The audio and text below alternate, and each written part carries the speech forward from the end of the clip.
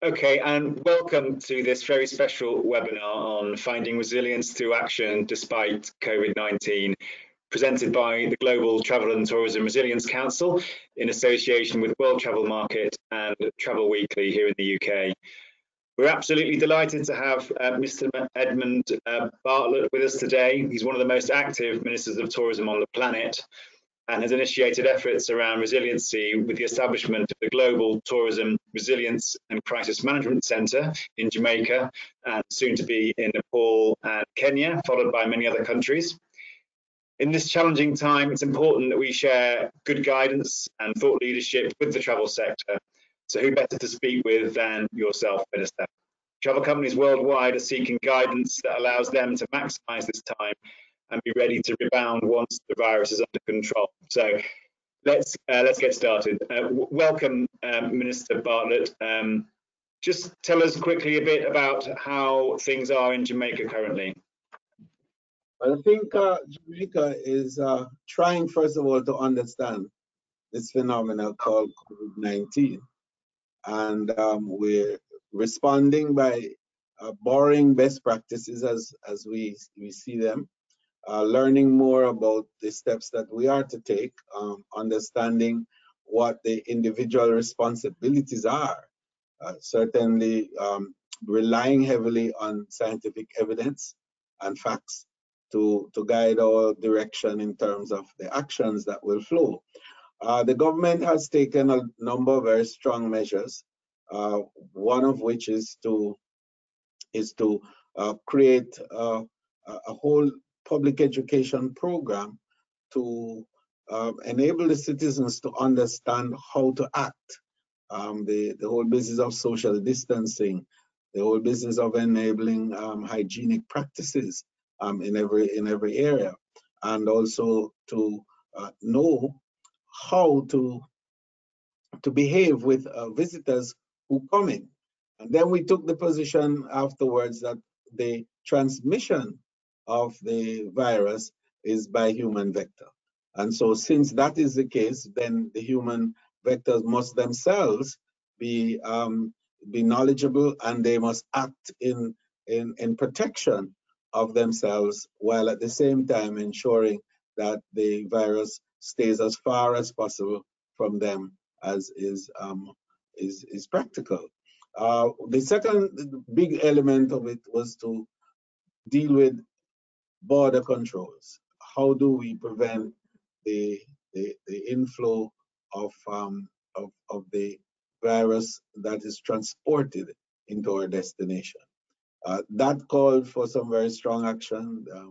Closing the borders is never the first resort at all, but it is a real position which we had to take.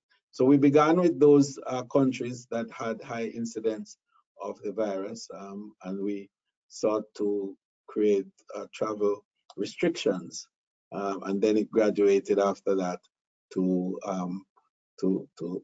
hard positions of closing borders and access to them. As it stands today, almost every country that is of value on the globe has had to do that type of border restriction. And so therefore Jamaica's position has more or less fallen in line with what the global position is as far as access is concerned to the destination. And third is to mobilize the human resources that are available to us for better action, to build infrastructure, and also to ensure that the health facilities in Jamaica are improved to a high degree. I think most third world countries like ourselves struggle with the social budgets, and so health and education and so on are always challenged in terms of making sure the right and the appropriate allocations are made. This, however, created a new paradigm, because now we had to take resources from everywhere and to make sure that the health budgets are properly financed so that these infrastructure could be added. And finally, in terms of what's happening here, is that the commercial and business activities have almost come to a halt. Certainly for tourism, we have had a literal shutdown of the industry, and that has implications in terms of job displacement and also the potential for social challenges. Yeah. So that's what we've seen in this part of the world. Obviously, the tourism sector is on the front line of this. It's probably the sector that's hit hardest and earliest. So are you currently trying to support those companies in Jamaica to try to get them through this period so that they can be still around when the bookings come back? So that's part two of the response. The first is to ensure that the infrastructure is placed for health security. The second is how do we help to create cushion or to create a stimulus package, as is referred to these days, to enable business to operate at least minimally during this difficult period. And in the case of tourism, we have established a program called CARES, which is the COVID response that we're making to enable workers in particular of the industry to have a cash grant after displacement, which would help them to carry through the difficult period. We're looking also at a business response that we call BEST, acronym that we create to enable the companies now, those who are tourism entities that are operational, to have responses from fiscal engineering that we're doing, and also some monetary engineering. So the banking system has been brought into play to provide soft, if not interest-free loans, to look at moratorium on existing loans, to look at mortgage reduction in rates, as well as to look at how to reschedule loans as well, and to defer payments on loans. So there is a whole menu of fiscal and monetary arrangements that are being put in place to help to cushion the impact of the fallout from COVID-19. Okay, so this is obviously a global issue, Minister Bartlett, and every country is, to a degree, fighting it or preparing to fight it. When we set up the Resilience Council, and you've been very, very active in that, there's always a lot of talk about collaboration and doing things together and sharing information. I don't think anybody thought we'd be talking about something like this. We've talked about a lot of events that have happened over the years, and some that have had a massive impact on travel, but nothing on this scale. Firstly, just put into perspective, from your perspective, how you see this current crisis in terms of its scale and the impact that it's going to have. But you're absolutely right. This is unprecedented.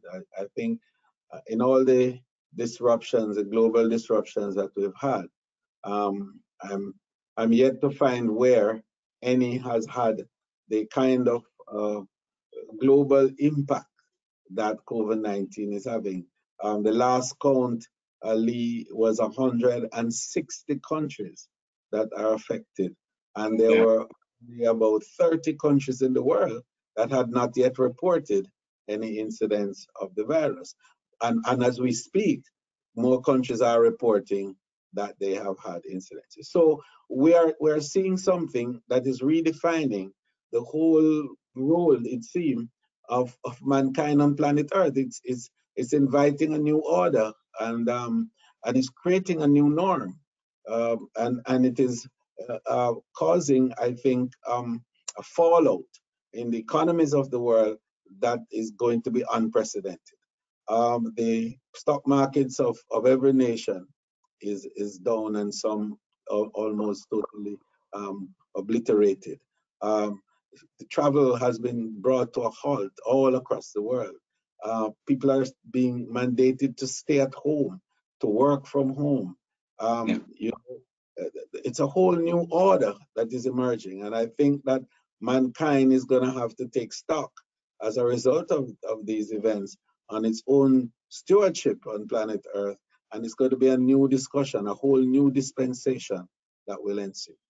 Yeah, we'll get into that a bit more detail about what you see emerging in a minute. But what about this idea of people cooperating more? Do you think that we've seen levels of cooperation as a result of this crisis that we've not seen before? It's one of the things you've always preached, that people and countries need to work together on these things that are cross-border international issues. Do you think that's actually happening this time? Well, I must say that if we're to look at positives that can come from it, that's definitely one. We're seeing a greater level of collaboration, global collaboration, than competition, as has been the feature of our commercial and social existence. So this is a possibility that man will have a better sense of the relationship that he must have, and that the issues of love and sharing and charity would be displayed in a far more active way. Certainly we see small things, Lee, that happen in our own little communities, where people go to supermarket and there's a shortage, for example, and somebody who was able to get an adequate supply would offer to give one item or two items, so as to enable the distribution to be as equitable as possible.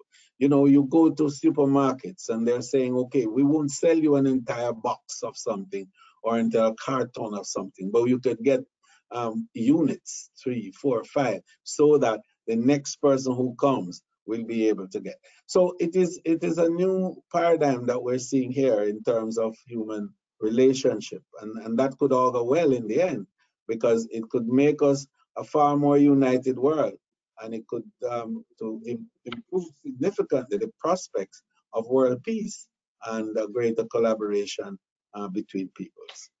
Yeah, I suppose we are learning very much that we are literally all in it together, and your actions that you take here day to day can have huge implications on other people that you've never met before. And actually, that's one of the things about travel, that your actions and your decisions about where you travel and what you do when you travel equally have impacts on those destinations. So it'd be interesting to see what happens when this crisis does abate, about what people think about when they go on their travels and what they do on those trips and so on. Do you think that's going to change? People are going to have different ideas about what they do when they go away and the kind of things they do and the impacts they have? Absolutely. You know, we've been grappling with tourism ethics for a long time. And I think that the struggle has always been to help to define relationship actions, and how do you respond to other people? How do you give the respect to their human rights that you ought to? How do you appreciate their differences and celebrate the similarities that you have? How in the end do you respect cultures?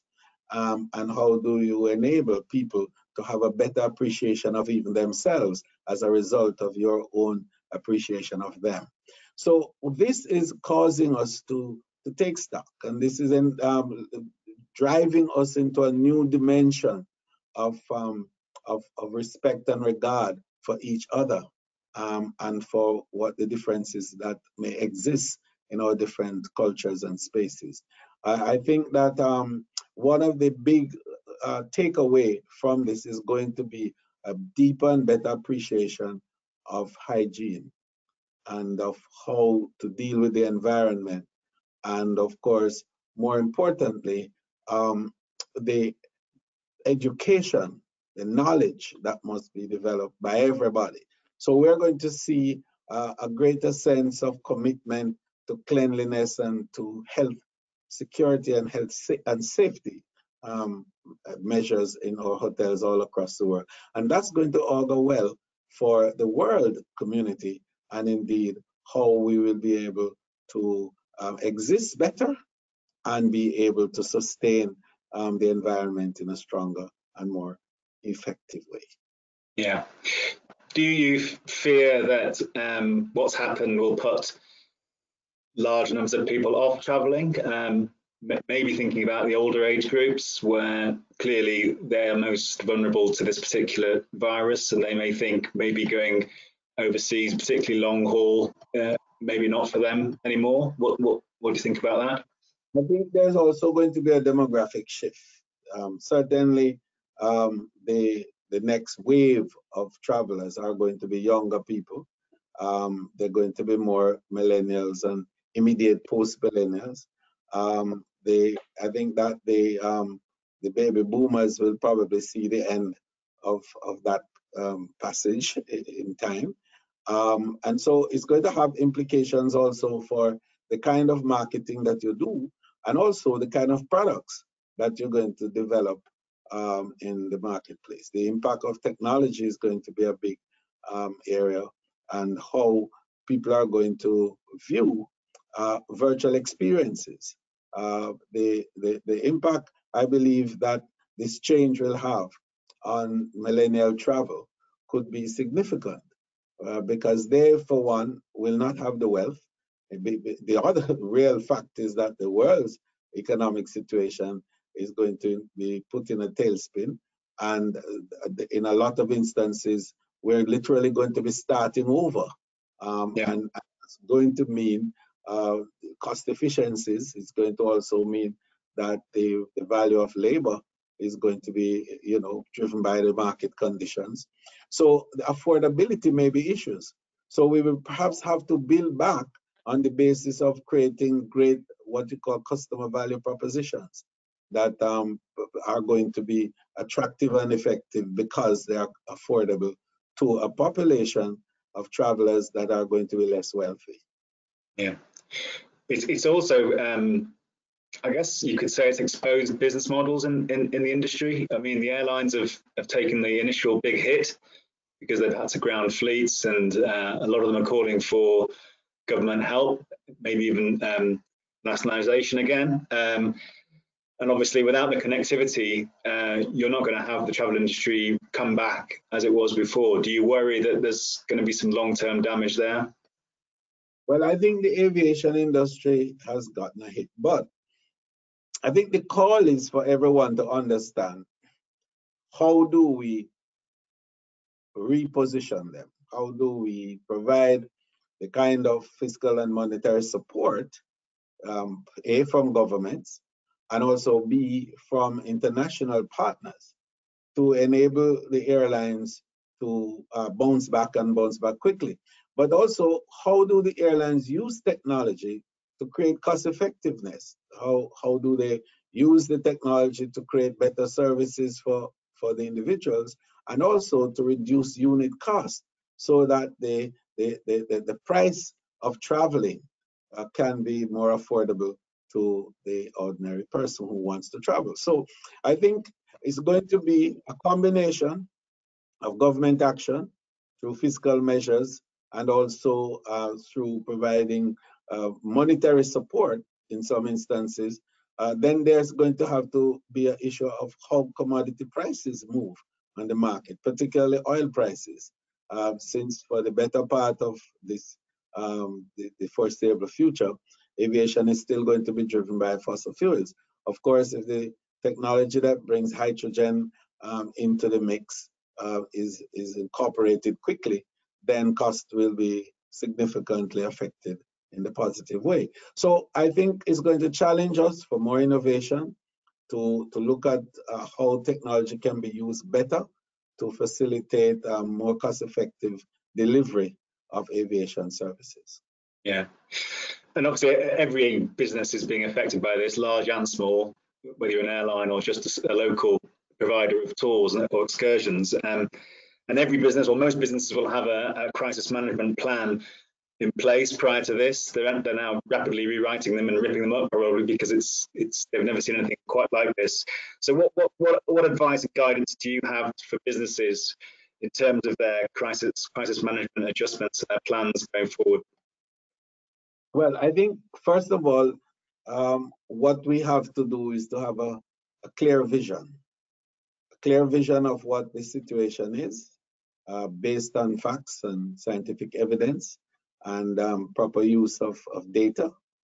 then I think that the business needs to have a wise leadership, a leadership that understands how to enable the appropriate mix of hard business measures and social measures. And I want to emphasize that because business has to recognize social corporate responsibility now as a big part of the way forward, because the collaboration between the community and business is what's going to enable it to grow and to grow fast.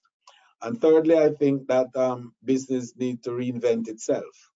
It's a whole new disruptive process that has to come to create a business that is going to be far more responsive to community, that is going to be far more reflective of what the will and wishes of people are. And most importantly, business is going to help to define new ways in which the world and the society is going to collaborate and work better. Yeah. So it looks like we're in for a period where, you know, a lot of business as usual isn't happening. There aren't many bookings coming in. There isn't many customers to deal with. So a lot of businesses will be preparing for when that happens again, but they'll have time on their hands to you know, maybe recalibrate slightly. What advice do you have about to businesses about what they can do in this period? Lee, before we go there's one other point that I want to make about business and its future role, is that business is going to help to make markets. So that the responsibility is going to stretch beyond just creating new products. It's going to enable the development of markets for its own good, because it cannot survive and sustain without markets. And so key elements of market development and market making will have to also become part of this new business profile that we have in the future. Sorry to interrupt that question. Okay.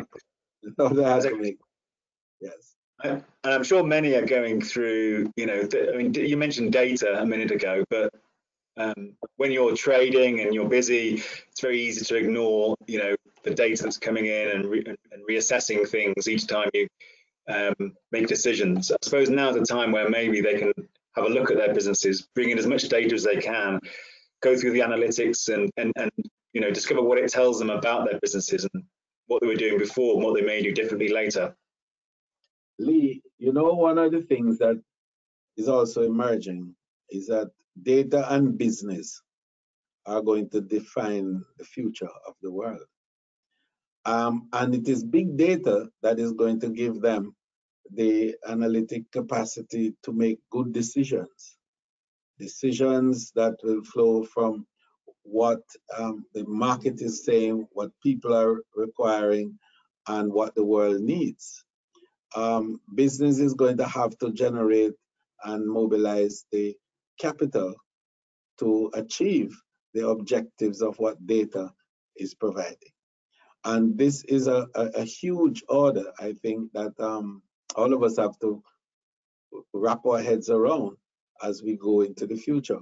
Analytics is going to define the way forward. Even in this moment when we are isolating ourselves, so to speak, and everybody's closing borders and instructions are being given to stay at home and work from home. What does it mean to work from home? You know, there comes the technology and the Internet of Things. And then there is the issue now of how do you build capacity to manipulate that? So a whole new training and retraining program will have to take place. So getting data to determine how many people are where and what is to be applied, how and when, are going to be the critical things now. So we think that that data manipulation is going to be the biggest and strongest tool that this recovery program will have. Yeah. The industry also heavily relies on its human capital, you know, and you mentioned retraining there. So I guess there's a danger that skills are lost in this period while we can't really trade. So what do you see happening in terms of keeping those skills in the business, in the industry, keeping the people active and retraining them? Well, you know, we here in Jamaica, and let me give you an example of that in tourism. We are using this period to provide for the displaced workers an opportunity for online training and certification. So we use the opportunity to scale up the quality of the human capital within your area so that people can offer more and add greater value to the experiences that the visitor is likely to have when they come to Jamaica. I think that this is a small act in a country that can be replicated across the world, because skills are critical, but skill requirements change depending on what the needs are in the market. And so I think that the new norm that is being created now is going to require new skill sets to enable the development and manipulation of new processes and also for new products to emerge. So whilst we recognize that existing skills are important to be honed, we have to look at creating the new skill sets that are going to respond to the new demographics and the new demands of the market. Yeah. And so we must spend the time doing that.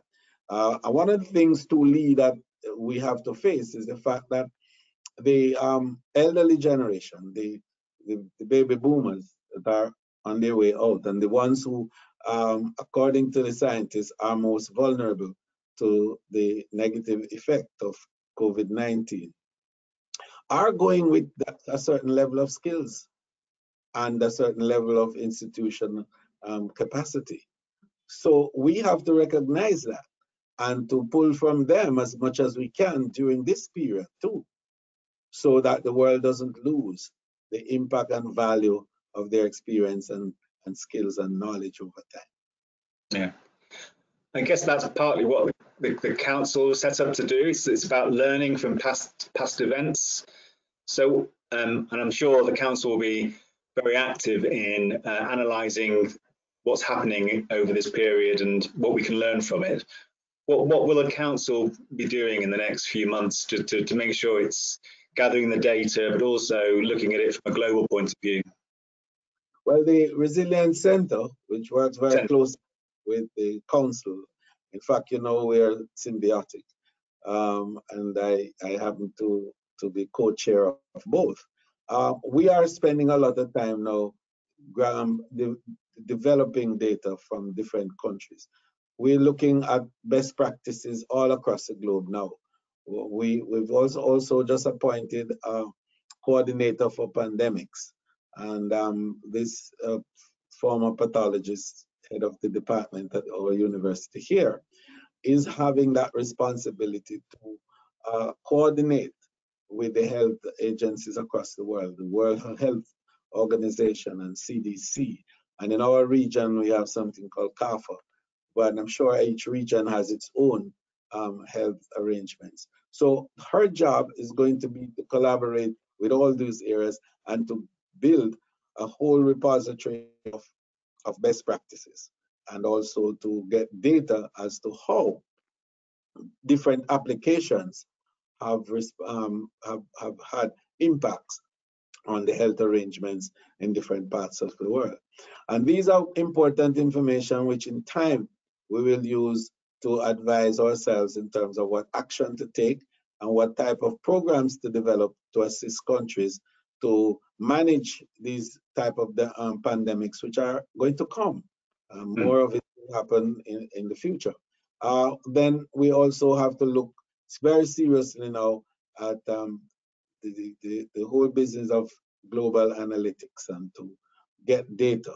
We are working with some of our IT experts in the area to build the capacity to store and first of all to mine the data, and then to analyze it and to store it and for use in helping to develop management decisions that small countries in particular will have to make in relation to their resources and the resource allocation, and how best to manipulate the physical things that are around them to bring value to their space. And finally, to build human capital, which we feel very strongly about, because it's not just about training and development of knowledge, but it's how to convert that knowledge into material value so that it offers the opportunity for prosperity for people and the building of their well-being. So the center is going to be focusing heavily on data gathering and analysis. It's going to be looking very strongly at best practices and to set up a compendium of best practices that will be available for people to draw on. And thirdly, we spend a lot of time on human capital development to enable a better appreciation of how to manipulate this data and how to use it to effect well-being. Yeah, I mean, almost every country in the world is going to be trying to work out how they bounce back from this. So resiliency is just going to be more important than ever. But what about sort of solidarity here, that countries working together as opposed to against each other? Do you think through the centre, maybe through the council, we can engender a sense of solidarity that the work that you do actually helps everybody? Well, you know, Lee, here in the Caribbean, we've been talking a bit about multi-destination tourism, for example, as a strategy to bring countries together that have diverse products, but who can collaborate rather than compete to present a menu of experiences to the market that is also affordable and that also could create a cost-effective arrangement and also a space, a market space for big entrepreneurs and also medium-sized entrepreneurs, while at the same time providing an opportunity for investment, for real investment by small countries that hitherto might not have the opportunity to operate on the global market. So we see that what is going to emerge from this is that more countries are going to see the need to collaborate so as to effect more quality products, a better variety of products, to give more value for money to the new demographics who are going to be less wealthy and therefore are going to require more for less. So you can come into a Caribbean experience, for example, and get the value of 5 different countries on one package. And so we're going to see more of that. For long haul activity for aviation, for example, it's going to be useful. People who have 3 and 4 weeks of vacation, which is going to come, would want to have an opportunity to spend it over 5 or 4 countries rather than in one country. So all of those are going to offer opportunities for greater collaboration between countries. We're also going to be searching to find technological solutions together, scientific solutions together. And countries are going to find that it is easier to collaborate to succeed than to compete. Yeah.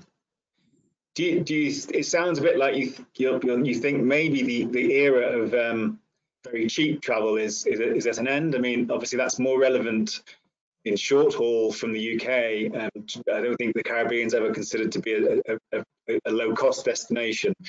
But if low cost travel, as we've been enjoying it now for the best part of 20 odd years, is at an end, does that really change the nature of the travel sector overall?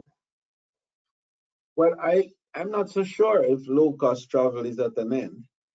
We may very well see a new era of low-cost travel as we seek to reposition travel and tourism, based on the fact that in a lot of instances, we're going to see the literal restart of business.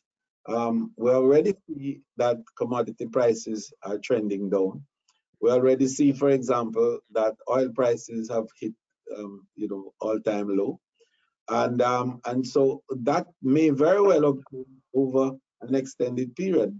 Those will have implications in terms of the cost of everything, including the cost of travel.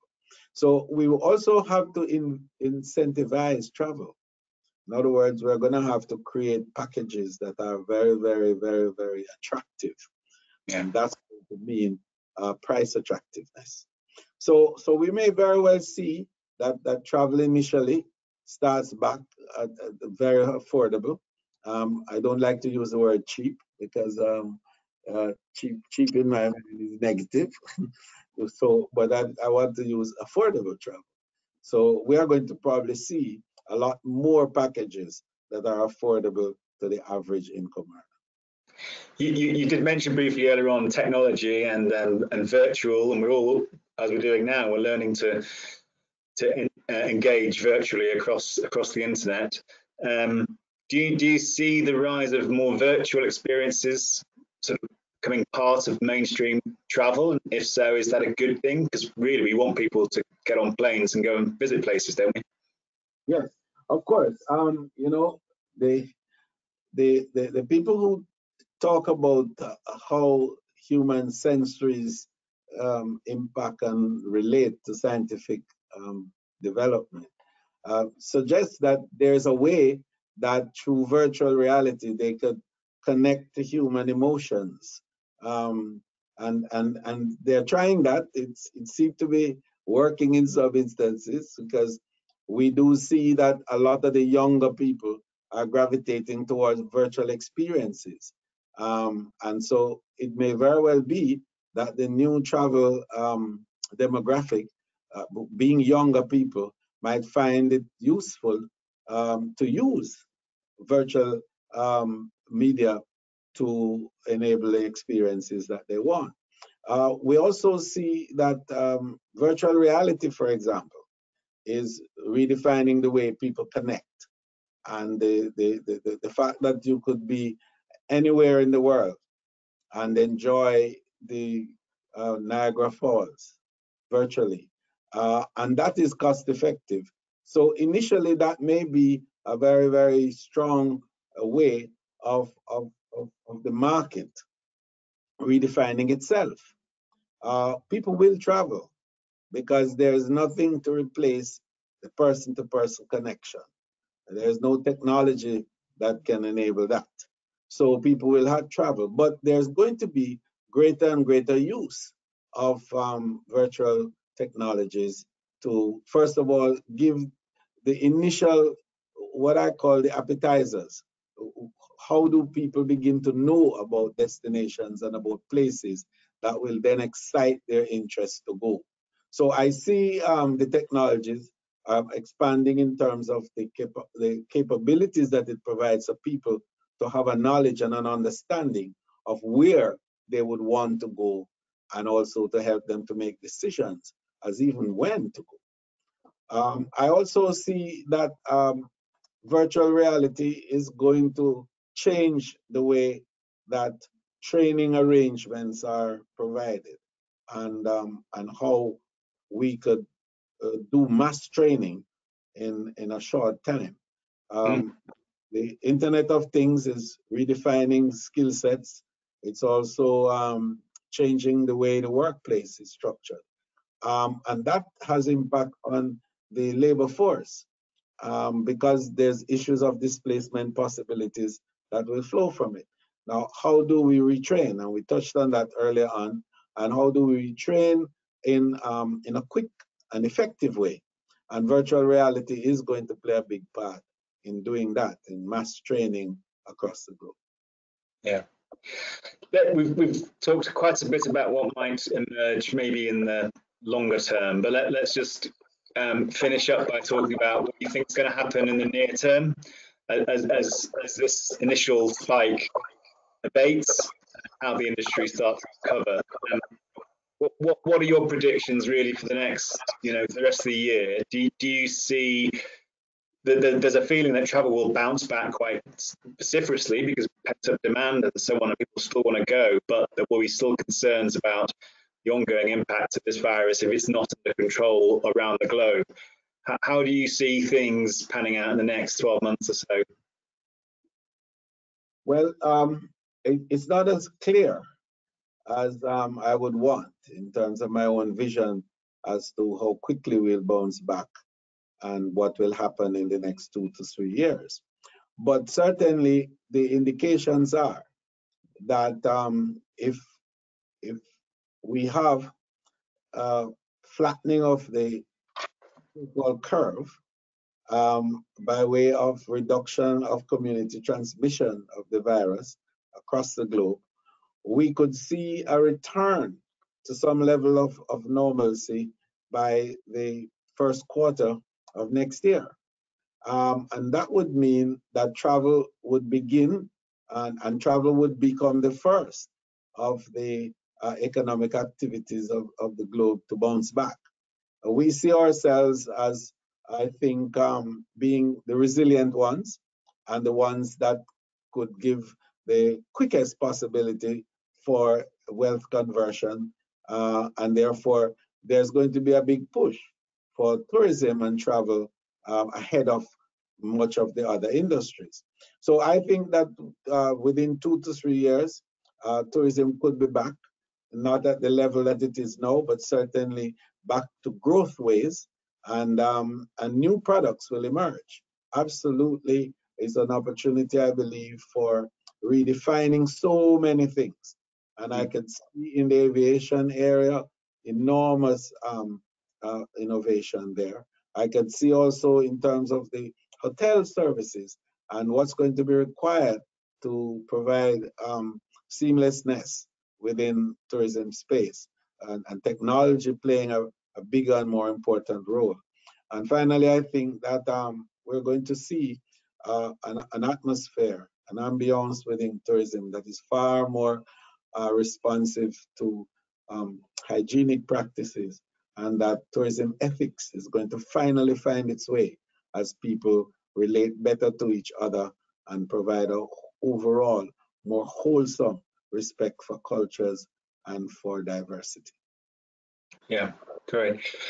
I mean, I guess initially, as destinations like Jamaica are able to reopen their borders, they're going to need to know that they're not opening up to potential infections coming back in, and the difficulty will be knowing which country has dealt with it, which countries are still dealing with it, and who you can allow to move around. That looks to me like it's going to be a very, very complicated job over the next 12 months, as maybe hopefully the science comes in and we find a cure or a vaccine for this virus. But that could be the biggest issue maybe in the near term.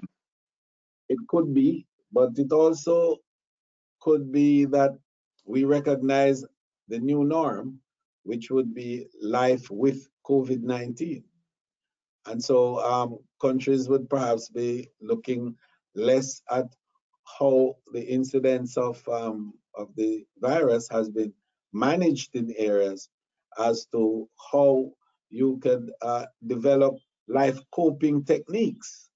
And so sometimes it may very well be that we feel that larger countries with more resources will be able to give you a better response, but smaller countries with better hygiene sometimes could give you the optimal response. So I think that you're right. We will be looking initially a lot on source markets that have shown greater resilience to the COVID-19, and those who also have recovered better and are able to report, as close to normalcy in terms of their health security as is possible. So the process therefore could be slower than we anticipate. But I think that as the new norm sets in and people learn to live with this virus in the same way that we've learned to live with all the other viruses that have hit the world over the years. What happened with the avian flu, what happened with SARS, what happened with Ebola, what happened to all the others. We've learned to live with them, to manage them, and to eventually develop immunities. Well, there's that discussion about the herd immunity effect. And so time will do a lot in terms of finally creating what is the defining arrangements between countries and who will travel from where to where. Yeah, and just finally then, obviously we've seen this crisis impact the travel industry's ability to get together physically with cancelled events. Obviously world travel market run a number around the world. Do you see a time, look forward to a time when the industry can get back together again and see each other, shake hands and look each other in the eye and meet up again rather than do things virtually? Yes, indeed. And I gave a timeline earlier in my comments that sometime starting first quarter of 21, I could see that much of the global activities will perhaps rebound, and we start having physical contacts in a very fine way like we're used to. I think about the middle of next year. So I'm looking at a 12 to 18 months period when the world will come back to itself and the normal meetings and trade shows and so on that we normally have, where we bring products to people in a physical and proximate way, will return. I look forward to that. So let's work hard at it. Let's continue to give positive information and to drive a greater sense of urgency to find a solution to COVID-19 so that we could return as quickly as possible to the ways of how tourism and travel is meant to be. People interacting with people with proximity. Good stuff. Look, that's a great way to end today's webcast. Thank you very much, Minister Bartlett, for your time today. I'm sure you're extremely busy, so we appreciate you giving us your time. For those of you who want to know more, please visit the Resilience Council website to look at all our future events and news, etc. And a big thanks to all our backers and sponsors and supporters, without whom we can't do our really valuable work, and we hope to be bringing you more insight and information and resources and advice in the near future. So thank you very much. Thanks again to Minister Bartlett. See you soon, hopefully. Yeah, and all the best. Keep well.